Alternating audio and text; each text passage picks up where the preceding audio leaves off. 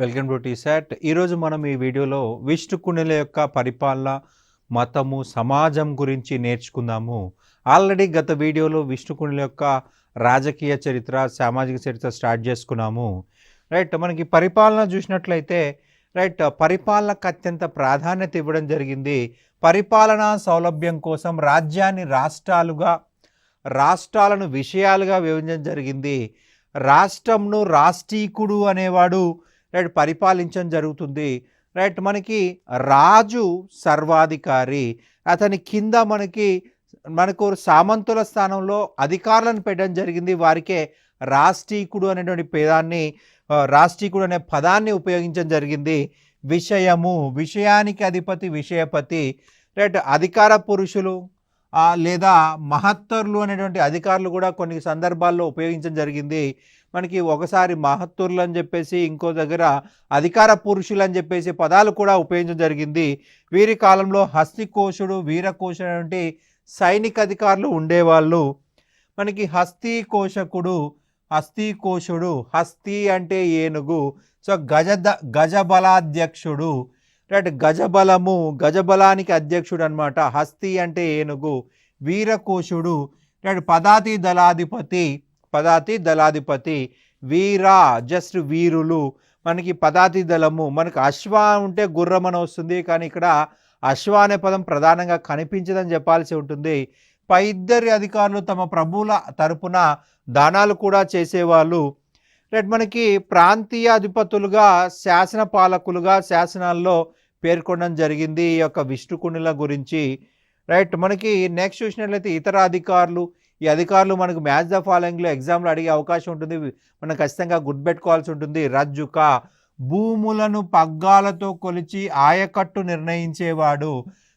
ఏ రైతుకి ఎంత భూమి ఉంది, ఏ రైతుకి ఎక్కడి నుంచి నీళ్ళు వస్తాయి, అవన్నీ కూడా చెప్పేటువంటి వ్యక్తి రజ్జుక. పగ్గాల ద్వారా, పగ్గాలు అనేది మనకు ఒక మెజర్మెంట్ అనమాట. పగ్గాలు పట్టేసి దాని ద్వారా ఎంత భూమి ఉందని చెప్పేసి మనకి డిసైడ్ చేయడం జరుగుతుంది.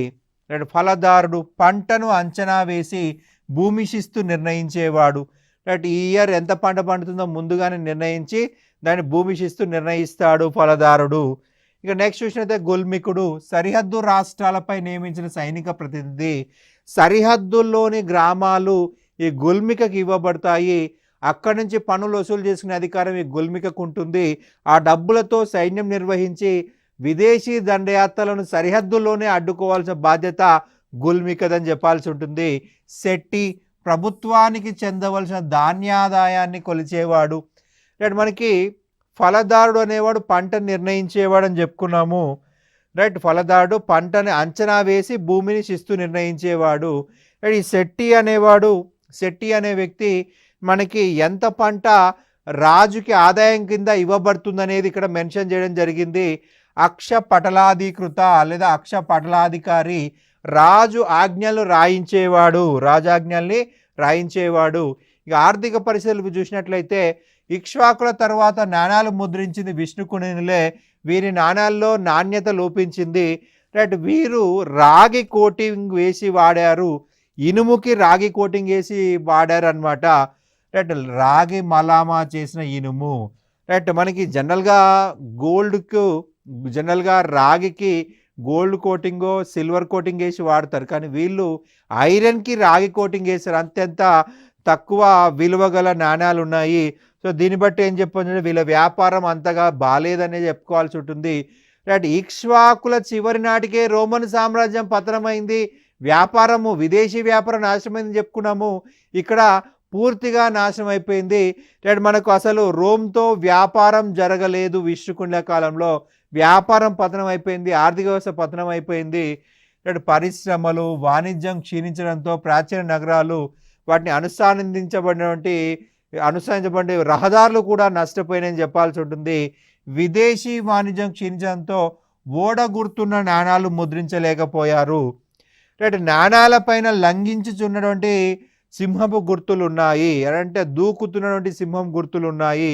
ఏలేశ్వరంలో విక్రమేంద్రవర్మ జారీ చేసిన నాణాలు లభించాయి. ఇందులోని రాగి నాణాలు సత్తు మిశ్రమంతో కుంభం, సింహం, దాని మీద సంకేతాలు, రైట్. కొన్నిటి మీద వికారామ అనే అక్షరాలు కనిపిస్తాయి. వికారామ అనే అక్షరాలు కనిపిస్తాయి.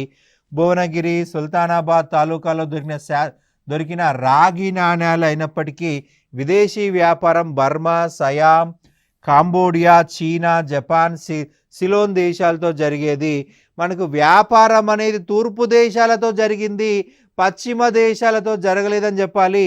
తూర్పు దేశాలు బర్మా, దాన్నే మయన్మార్ అంటున్నాం, సయాం థాయిలాండ్, కాంబోడియా, రైట్, చీనా అంటే చైనా, రైట్, సిలోన్ అంటే శ్రీలంక, వీటితో వ్యాపారం జరిగింది. రాగిలోనే వీళ్ళు ఎగుమతి దిగుమతులు చేశారు. రైట్, వీళ్ళ కాలంలో బంగారు నాణాలు అనేవి అసలు లేవనే చెప్పాల్సి ఉంటుంది. రాగిని ఇనుము నాణాలు ఉపయోగించారు. రెండవ మాధవవర్మ త్రిసముద్రాధిపతి అని చెప్పేసి బిరుదుంది. అతని రాజ్యానికి ఉత్తరాన రేవా నది ఉండేది. నదుల్లో స్వదేశీ వ్యాపారం జరిగేది. నదులు వ్యాపార మార్గాల కింద వాడుకునేవారు. ఆలంపురం దగ్గరి కూడలి సంగమేశ్వరంలో రోమన్ చక్రవర్తి కాన్స్టాంటైన్ బంగారు నాణ్యంతో పాటు ఇతర నాణాలు దొరికాయి. ఆలంపురం దగ్గరలోని కూడలి సంగమేశ్వరం అనే ప్రాంతంలో రోమన్ చక్రవర్తి కాన్స్టాంటైన్ బంగారు నాణ్యము లభించింది. అంటే ఏదో నేమ్సేక్ ఉందన్నమాట. మనకి కాన్స్టాంటైన్ వచ్చేసి మనకు తూర్పు రోమన్ సామ్రాజ్యం అని చెప్పాల్సి ఉంటుంది. పశ్చిమ రోమన్ సామ్రాజ్యము పూర్తిగా నాశనం అయిపోయింది. రైట్, రోమ్ కాకుండా ఇది కాన్స్టాంటైన్ నగరము, అంటే ప్రస్తుత ఇస్తాంబుల్ నుంచి పరిపాలించిన రోమన్ల యొక్క నాణం అన్నమాట. ఇది కాన్స్టాంటైన్ అనేవాడి పేరు మీద ఏర్పడ్డ నగరమే కాన్స్టాంటినోపుల్ నగరం అని చెప్పుకున్నాం మనము. ఆధునిక భారతదేశ చరిత్ర కాన్స్టాంటినోపుల్ నుంచి స్టార్ట్ చేసుకుంటాం. ఈ కాన్స్టాంటినోపుల్ నగరం ఎవరు నిర్మించారు? కాన్స్టాంటైన్ అనే రోమన్ చక్రవర్తి. బైజాంటియన్ సామ్రాజ్యం అంటాము. బైజాంటియన్ సామ్రాజ్యం యొక్క స్థాపకుడు కాన్స్టాంటైన్. ఇది రోమన్ చక్రవర్తి అయిన తూర్పు దేశాల నుండి పశ్చిమ దేశాలు, రైట్, మనకి పశ్చిమ దేశాల నుంచి తూర్పు వైపు తన రాజధాని మార్చేశాడు కాన్స్టాంటైన్. రైట్, అతని నాణం మనకి ఇక్కడ దొరికిందని గుర్తుపెట్టుకోవాలి. విష్ణుకుండిల రాజ్యంలో గవ్వలు ద్రవ్యంగా చెలామణి అయ్యాయని పాహ్యాన్ పేర్కొన్నాడు. గవ్వలు, రైట్, కౌరీలు అనే గవ్వలు ఉన్నాయంటున్నాడు. మరో చైనా యాత్రికుడు హుయాన్సాంగ్ శ్రీపర్వతం మీద బంగారంతో చేసిన నిలువెత్తు బుద్ధుడి విగ్రహాలు ఉన్నాయని పేర్కొనడం జరిగింది. నిలువెత్తు అంటే లైఫ్ సైజ్ అనమాట. ఒక మనిషి నిలబడ్డ విధంగా బంగారు విగ్రహాలు ఉన్నాయంటున్నాడు. బుద్ధ విగ్రహాలు అమరావతిలో దొరికాయి. అలాగే కీసర గుట్ట పైన 7 సెంటీమీటర్ల పరిమాణంలో ఉన్న నషం డబ్బి, రైట్. మనకి ఈ నషం డబ్బి ఏ ఆకారంలో ఉందయ్యా అంటే ఇనుముతో చేసినటువంటి మామిడి పిందె ఆకారంలో ఉంది. ఇనుముతో తయారు చేసినటువంటి మామిడి పిందె నషం డబ్బి, పొగాకు డబ్బా అన్నమాట. సామంత రాజులను పన్నుల వసూలు యంత్రాంగంలో భాగంగా చూడడం మొట్టమొదటిసారిగా వీరి కాలంలో కనిపిస్తుంది. పన్నుల వసూలు యంత్రాంగంలో సామంత రాజుల్ని తీసుకుంది ఎవరయ్యా అంటే విష్ణుకుండినులే. ఇక న్యాయ పరిషత్తులు చూసినట్లయితే రాజును దైవాంశ సంభూతినిగా భావించేవారు. రాజే ముఖ్యమైన న్యాయాధిపతి. రాజు నుండి గ్రామం వరకు వివిధ న్యాయస్థానాలు ఉండేవి. నేర విచారణకు దివ్య పరీక్షలు ఉండేవి. మనకు వేడివేడి నూనెలో చేతులు పెట్టియడం, నిప్పుల మీద నడిపించడం, రైట్, మనకి ముళ్ళపై నడిపించడం, మంత్రించినటువంటి నిమ్మకాయలను తినిపించడం, మంత్రించినటువంటి కుంకుమ పసుపు తినిపించడం, రైట్, విగ్రహాలను కడిగిన నీళ్లను తాగిపించడం, ఇవన్నీ కూడా దివ్యత్వ పరీక్షలో భాగంగా ఉంటాయన్నమాట. 3వ మాధవవర్మ పలమూరు శాసనంలో వివిధ దివ్య పరీక్షలు పేర్కొనబడినాయి. ఇవి నేరస్తుని నేర నిరూపణలో సహాయపడేవని చెప్పేసి ఉండడం జరిగింది. ఇక సాంఘిక పరిస్థితులు చూసినట్లయితే వీళ్ళు వైదిక మతాన్ని ఆచరించి దాన్ని అభివృద్ధి చేయడం జరిగింది. రైట్, కుల వ్యవస్థ పటిష్టమైపోయింది యొక్క విష్ణుకుండిల కాలంలో కుల వ్యవస్థ పటిష్టమైపోయింది. వీళ్ళు బ్రాహ్మణులు, విష్ణుకుండినులు బ్రాహ్మణులు. రైట్, కుల వ్యవస్థను పటిష్టంగా పాటించడం జరిగింది. 2వ మాధవవర్మ అనేక యజ్ఞయాగాలు చేసి వైదిక మతాన్ని బలపరచడం జరిగింది. 2వ మాధవవర్మ 11 అశ్వమేధ యాగాలు చేశాడండి. మనకి భారతదేశ చరిత్రలో అత్యధిక అశ్వమేధ యాగాలు చేసిందంటే కదంబ మయూర శర్మ అని చెప్పాల్సి ఉంటుంది. కదంబ మయూర శర్మ. ఈ కదంబ మయూర శర్మ రైట్ మనకి కదంబాలు బనవాసి ప్రాంతం పరిపాలించాడు. అతని తర్వాత అత్యధిక ఈ అశ్వమేధ యాగాలు చేసిన వ్యక్తి రెండవ మాధవ్ వర్మ అని చెప్పాలి. 11 అశ్వమేధ యాగాలు చేశాడు. రైట్ తమను తాము పరమేశ్వరుగా చెప్పుకోవడం జరిగింది. విష్ణుకుండినులు అటు వైదిక మతాన్ని ఇటు బౌద్ధ మతాన్ని ఆదరించడం జరిగింది. రైట్ విక్రమేంద్ర, గోవింద, మాధవ, ఇంద్రభట్టారక మొదలైన పేర్లు వైదిక మతాన్ని అవలంబించారంటానికి ఎగ్జాంపుల్ అన్నమాట. వారిలో చాలామందికి పరమ మహేశ్వర, పరమ భాగవత వంటి బిరుదులు కనిపిస్తున్నాయి. గోవింద వర్మ వర్ణాశ్రమ ధర్మాల యందు భక్తి విశ్వాసాలు కలిగినవాడు సో అని మనకు ఇంద్రపాల నగర శాసనంలో తెలుపుతుంది. వర్ణాశ్రమ ధర్మాల యందు భక్తి విశ్వాసాల యందు రైట్ నమ్మకం ఉంది అంటున్నాడు ఈ యొక్క ఇంద్రపాల నగర శాసనంలో. రైట్ 18 మతశాఖల సిద్ధాంతాలు పూర్తిగా తెలిసి మానవ జాతిని జీవన మరణ దుఃఖాల నుంచి కాపాడేందుకు యజ్ఞయాగాది కర్మలు చేసి దశబల బలి పండితుడు గోవిందవర్మ ఆస్థానంలో ఉండేవాడు. గోవిందవర్మ దశబల బలి అనే పండితునకు పెంకపర అనే గ్రామాన్ని దానంగా ఇవ్వడం జరిగింది. గోవిందవర్మ దశబల బలి అనేటువంటి పండితుడికి పెంకాపర అనేటువంటి గ్రామాన్ని దానంగా ఇవ్వడం జరిగింది. ఈ విష్ణుకునుల యొక్క కులదైవము అంటే శ్రీపర్వత స్వామి అని చెప్పాల్సి ఉంటుంది. రైట్ మాధవ్ వర్మ గణపతిని ప్రతిష్ఠించినట్లు మనకి వేల్పూరు శాసనంలో ఉంది. రైట్ మనకి గణపతిని ఏమని పిలుస్తామంటే ఏకదంత స్వామి లేదా దంతస్వామి అని చెప్పేసి పిలుస్తాము. ఏకదంత స్వామి ఒక దంతం ఉంటుంది, లేదంటే దంతేశ్వర స్వామి అని కూడా పిలవడం జరుగుతుంది. ఏ శాసనంలో ఉందయా అంటే వేల్పూరు శాసనంలో ఉంది.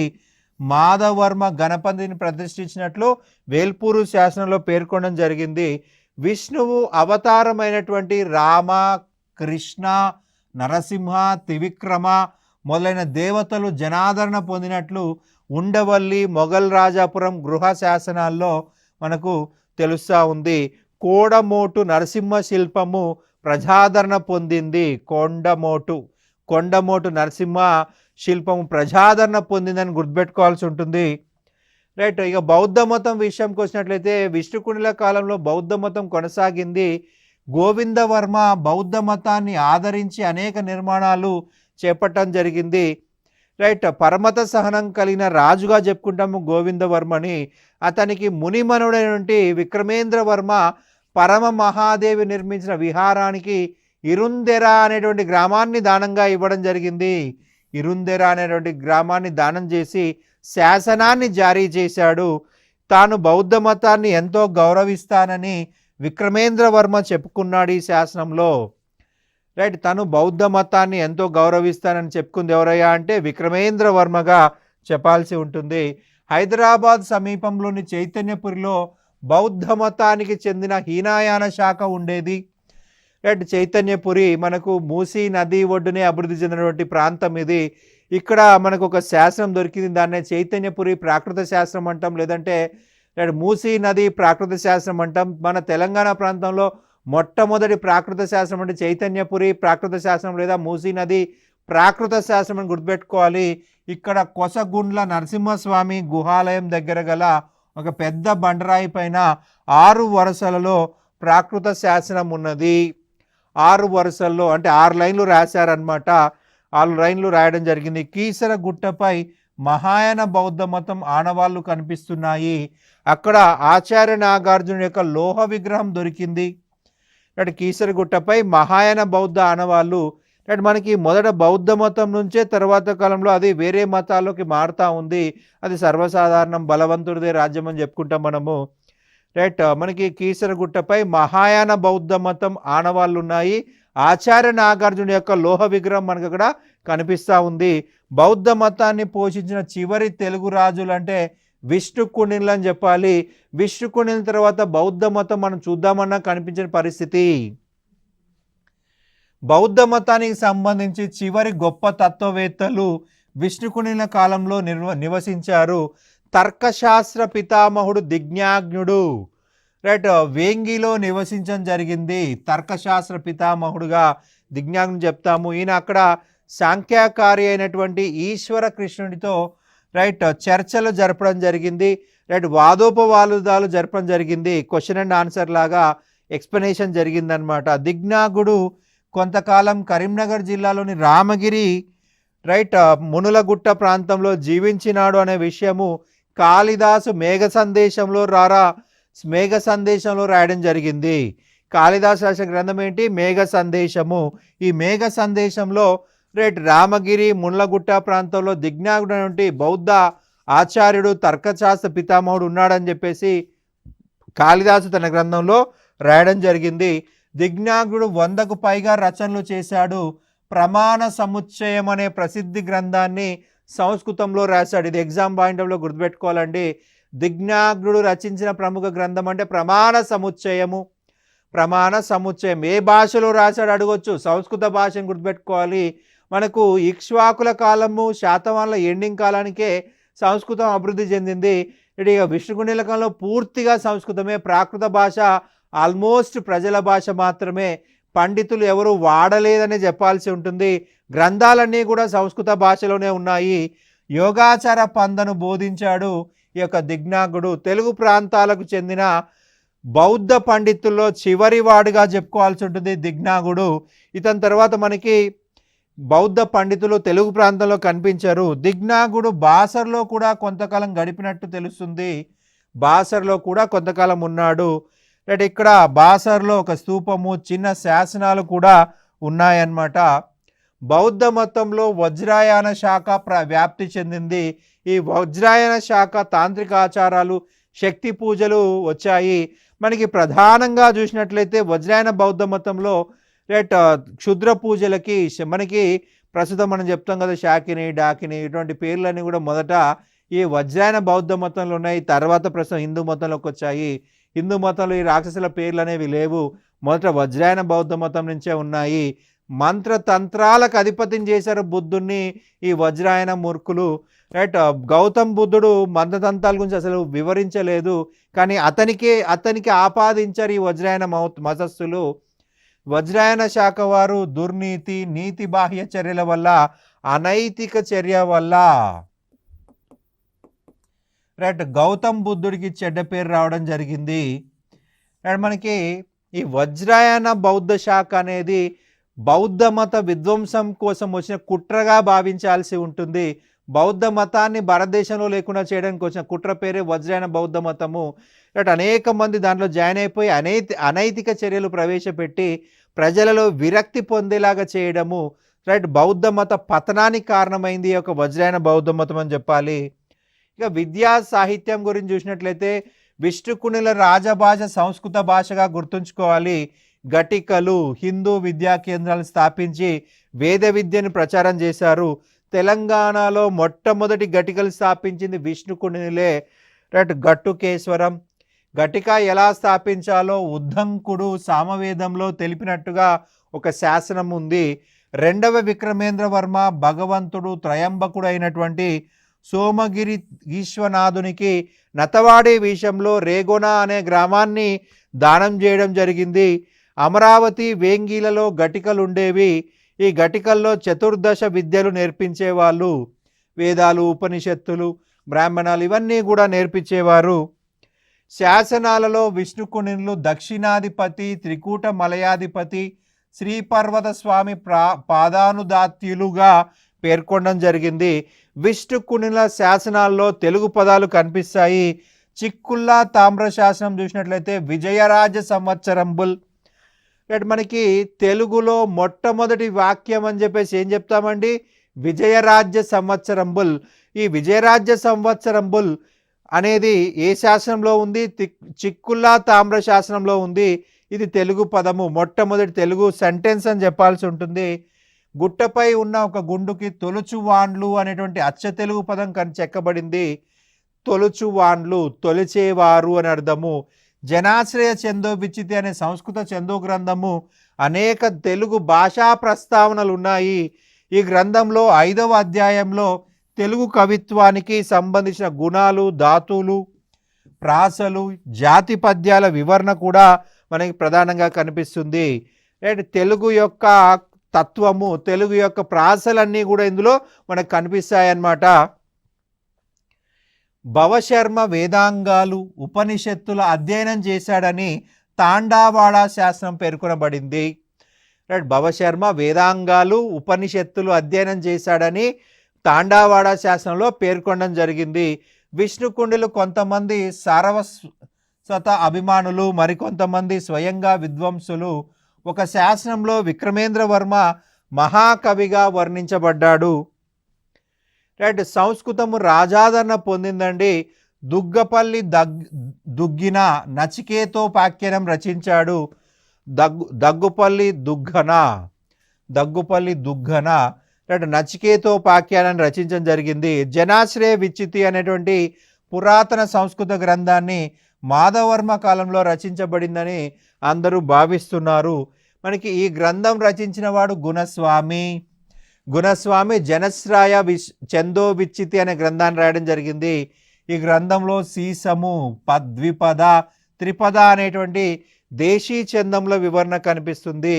రైట్, సీసము, ద్విపద, త్రిపద అనేటువంటి దేశీ చందములు వివరణ ఉంది. ఇందులో కాళిదాసు, వరరుచి, సుందర పాండ్య, శూద్రకుల పద్యాలు ఉదాహరణగా పేర్కొనబడ్డాయి.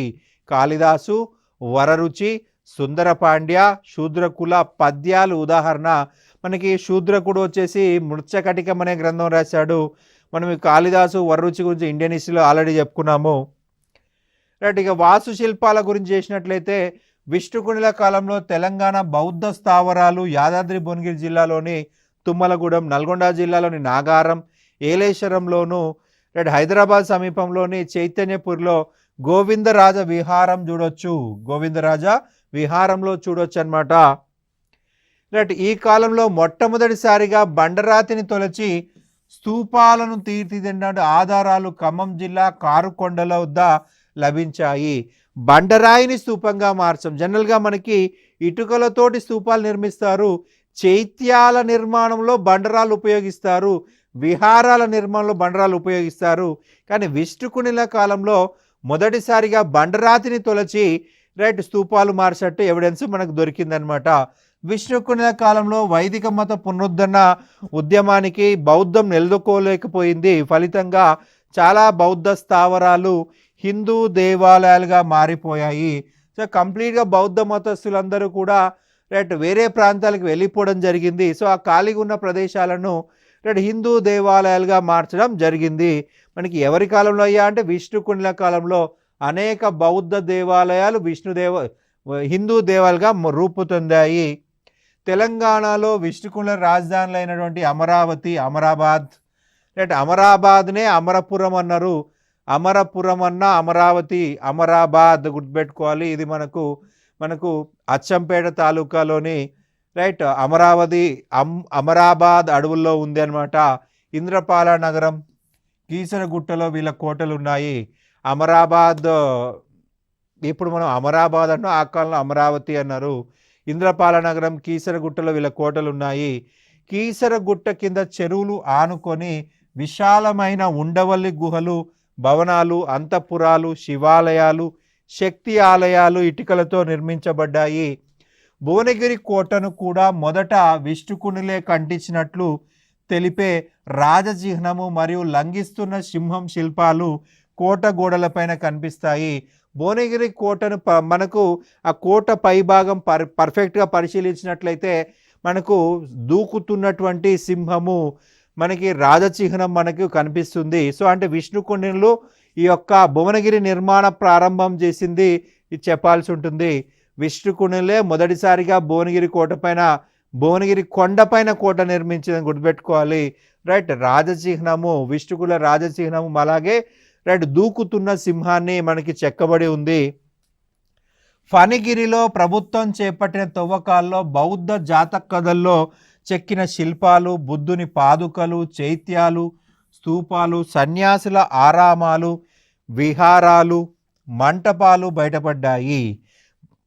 ఫణిగిరిలో మన ప్రభుత్వం చేపట్టిన తవ్వకాల్లో జాతక కథల్లోని పెయింటింగ్స్ అన్నమాట, శిల్పాలు అన్నమాట. బుద్ధుని పాదుకలు, మనకి బుద్ధుని పాదాలు కూడా పూజించేవాళ్ళు. బుద్ధుని పాదుకలు కూడా పూజించేవాళ్ళు. తామర పువ్వు మధ్యలో బుద్ధుని పాదాలు పెడతారు, దాన్ని అందరూ పూజించేవాళ్ళు. రైట్. చైత్యాలు, స్తూపాలు, సన్యాసుల ఆరామాలు, విహారాలు, మంటపాలు కూడా మనకు పనిగిరిలో కనిపించాయన్నమాట. తిరుమలగిరిలో బౌద్ధ స్తూపం బయలుపడింది. రైట్. నేలకొండపల్లిలో బయటపడ్డ బౌద్ధ స్తూపం చాలా పెద్దది. తెలంగాణలో అతిపెద్ద బౌద్ధ స్తూపం అంటే నేలకొండపల్లి బౌద్ధ స్తూపం, గుర్తుపెట్టుకోవాలి. దీన్ని విరాట స్తూపం అని చెప్పేసి పిలవడం జరిగింది. అయితే ప్రస్తుతం దాన్ని విరాటరాజు గద్దెగా పిలుస్తూ ఉన్నారు. రైట్. నేలకొండపల్లి స్తూపాన్ని ఏమంటాము? విరాట స్తూపము. రైట్. దాన్ని ప్రస్తుతం ఏమంటున్నారు? విరాటరాజు గద్దెగా పిలుస్తున్నారు. ఇక్కడ తవ్వకాల్లో బుద్ధుని పాలరాతి శిల్పాలు, లోహ విగ్రహాలు మనకు వెలుగులోకి చూశాయి. లోహ విగ్రహాలు కూడా కనిపిస్తున్నాయి. కరీంనగర్ జిల్లాలోని మంతని పట్టణం చుట్టుపక్కల ఎల్మడుగుపై, రైట్, ఈ ఎల్మడుగు పేరుని ప్రస్తుతం శివరాంగా మార్చడం జరిగిందండి. రైట్. ఎల్మడుగు, రైట్, ఎల్మడుగు అనే ప్రాంతాన్ని శివరాంగా పేరు మార్చడం జరిగింది. ఇక్కడ గుహలు, గౌరీగుండం జలపాతం పైన ఉన్న గుహల్లో కనిపించే మంటప స్తంభాల పైన విష్ణుకునిల కాలానికి చెందినవని గుర్తుపెట్టుకోవాలి. రైట్. అలాగే చైత్యాలంకరణలు కనిపిస్తున్నాయి, కాబట్టి ఇవి కూడా బౌద్ధుల ఆరామాలేని చెప్పొచ్చు. రైట్. మనకి ఇక్కడ మడుగుపై ఉన్న గుహలు, గౌరీగుండం జలపాతం ఉన్న గుహల్లో కనిపించే మంటప స్తంభాల పైన, రైట్, చైత్యము ఎలా అయితే అలంకరిస్తారో అటువంటి అలంకరణలు మనకి ఇక్కడ కనిపిస్తున్నాయి. సో అంటే ఇవి కూడా మొదట బౌద్ధ మతము, ప్రస్తుతము వైదిక మతం కానీ హిందూ మతం కానీ అయి ఉండొచ్చు. రైట్. కానీ అవి ఎక్కడ స్టార్ట్ అయినాయి? బౌద్ధ మతమే. ఈ ఎల్మడుగు కింద కోమటి గుహలు సమకాలీన జైన మతస్థుల యొక్క ఆరామాలు ఉన్నట్లు తెలుస్తూ ఉన్నాయి. విష్ణుకుండిల జనస్థానమైన అమరావతి సమీపంలో ఉమామహేశ్వరం, సలేశ్వరం గుహలు ఆలంపురంలో శైవశక్తి ఆలయాలుగా అభివృద్ధి చెందాయి. వీరి నాణాలపై శ్రీపర్వత అనే పదం ఉండేది. ఉమామహేశ్వరం తర్వాత శ్రీశైలానికి ఉత్తర ద్వార క్షేత్రంగా ప్రసిద్ధి చెందిందనమాట. ఇక్కడ పల్లవులు చెక్కించినటువంటి శివలింగము, విష్ణుకుండలు చేయించిన నగారా బేరి ఇప్పటికీ కూడా కనిపిస్తున్నాయి. పల్లవులు చెక్కినటువంటి శివలింగము, విష్ణుకుండలు చేయించినటువంటి నగారా బేరి ఇంకా కూడా కనిపిస్తుంది. సలేశ్వరంలో 2 గుహాలయాల్లో ఒక ఆలయం గోడకు విశ్వేశ్వ కలస అనేటువంటి రాసి ఉన్న బ్రాహ్మీ శాసనం కనిపిస్తుంది. రైట్. ఆలంపురంలో బ్రహ్మేశ్వర, జోగులాంబ ఆలయాలు ప్రసిద్ధిగాంచాయి. రైట్. మనకి ఇక్కడ తొలుచువాండ్లు అనే పదం కనిపిస్తుందండి. ఈ తొలుచువాండ్లు వచ్చేసి శిల్పుల సంఘం అని చెప్పేసి తెలుస్తూ ఉంది. కీసరగుట్ట సమీపంలో తొలుచువాండ్లు అనేటువంటి ఈ యొక్క శిల్పుల సంఘం ఉండొచ్చు అంటున్నారు. దక్షిణ భారతదేశంలో మొదటిసారిగా, రైట్, మనకి భారతదేశంలో మొదటిసారిగా హిందూ మతంలో గుహాలయాలు కట్టించింది విష్ణుకుండిని అని చెప్పాలి. దక్షిణ భారతదేశంలో మొదటిసారిగా హిందూ గుహాలయాలను నిర్మించింది విష్ణుకుండిలే. ఉండవల్లి గుహాలయాలు, రైట్, మీద మనకి ఉండవల్లి గుహాలయం మీద పంజా ఎత్తినటువంటి సింహము ప్రతిమ కనిపిస్తుంది. రైట్. బొజ్జన్న కొండ, మొఘల్ రాజాపురం, విజయవాడ, ఉండవల్లి, భైరవకొండ గుహలు విష్ణుకుండిని నిర్మించడం జరిగింది. రైట్. బొజ్జన్న కొండ ఒక బౌద్ధ క్షేత్రం అండి. ఇక్కడ గుప్తుల రాజుల యొక్క నాణాలు బయటపడ్డాయి. భూమి స్పర్శ ముద్రలతో బుద్ధుని విగ్రహాలు పూజా వస్తువులుగా ఉన్నాయి. ఇక్కడ వజ్రాయన గుర్తులు ఉన్నాయండి. ఈ కొండకు దగ్గరలోనే లింగాల మెట్ట ఉంది.